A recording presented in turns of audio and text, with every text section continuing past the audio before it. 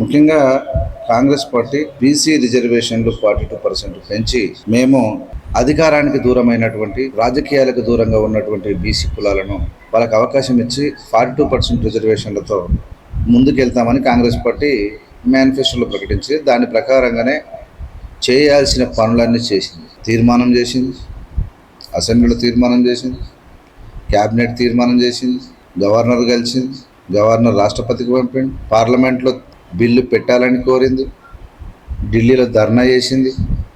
పెద్ద ఎత్తున బీసీలకు ఇచ్చిన మాట నిలబెట్టుకోవడం కోసం రాహుల్ గాంధీ అంటే ఇచ్చిన మాటనే కాదు, ఈ దేశంలో వెనుకబడిన వర్గాలు ఏవైతే ఉన్నాయో వాళ్ళందరికీ రాజకీయ అవకాశాలు దొరకాలని చెప్పి రాహుల్ గాంధీ కంకణం కట్టుకోవడం పట్టుబట్టి ఇలా ఈ దేశంలో బీసీ ప్రధాని ఉన్నా లేనట్టే పరిస్థితికి వచ్చింది.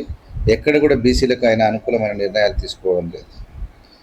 తెలంగాణ రాష్ట్రంలో 42% అంటే 27% ఉన్నటువంటి రిజర్వేషన్లను 42% తీసుకొచ్చి వాళ్ళకి అవకాశాలు కల్పిస్తామని చెప్పి పెద్ద ఎత్తున పోరాటాలు చేసింది, ధర్నాలు చేసింది, ఇలా లేఖలు రాసింది, తీర్మానాలు చేసింది.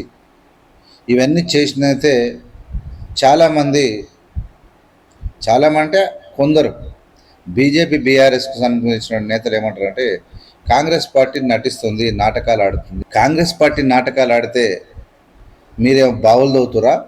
మీరేం చేస్తున్నారు? కాంగ్రెస్కు చేయొద్దని ఉందనుకో, ఈ దేశ ప్రధాని చేతి ఉంది కదా, ప్రధాని ఎందుకు చేస్తలేడు? వాళ్ళు నాటకాలు ఆడితే మీరు ఎందుకు జీవిస్తలేరు?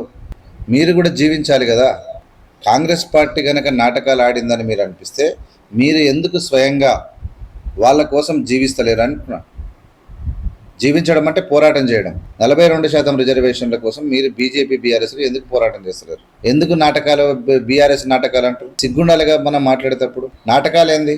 మీరేమో శుద్ధ పూసలు, మీరు సప్పుడు కాకుండా ఏడదీని ఆడమని వాళ్ళు ఏమో నీతివంతులు, పత్తిత్తులు. ఇలా ప్రజల కోసం ఇచ్చిన మాట కోసం ఏమో నేరమా? అది వాళ్ళు చేస్తున్నది నేరమా? ఎందుకు వాళ్ళు తప్పించుకుంటారు అనుకుంటారు? మీరు ఎందుకు సగం సగం నటిస్తున్నారని చెప్తున్నారు? ఇప్పుడు బీజేపీ బీఆర్ఎస్ఏ ఈ రిజర్వేషన్లకు అడ్డు అని చెప్పి రేవంత్ రెడ్డి చెప్తా ఉన్నాడు.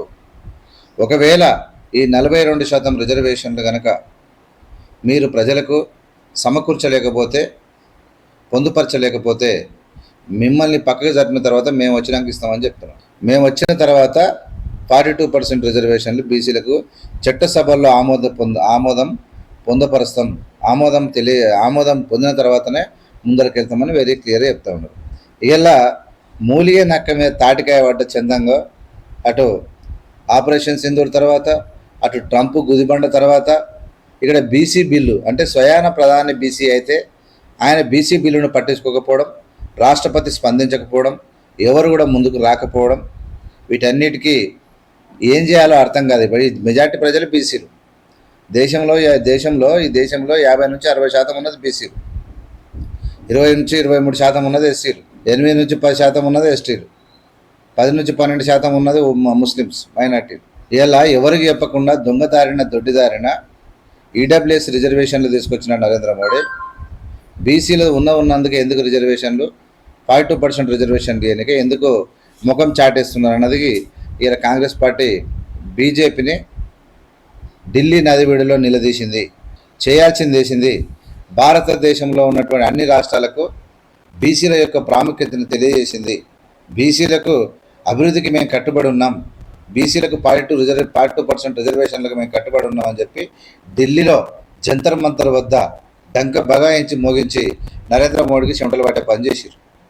దాన్ని నటిస్తురు, జీవిస్తురు అంటే ఇక మీ అంత సిగ్గుదాపిన వాళ్ళు ఎవరు లేడు. వాళ్ళు నటిస్తున్నారు, మరి మీరేం చేస్తారు అంటున్నా. బీసీల కోసం మీరు గుంతలు తవ్వుతురా? మీరేం చేస్తారో అది చెప్పాలి కదా.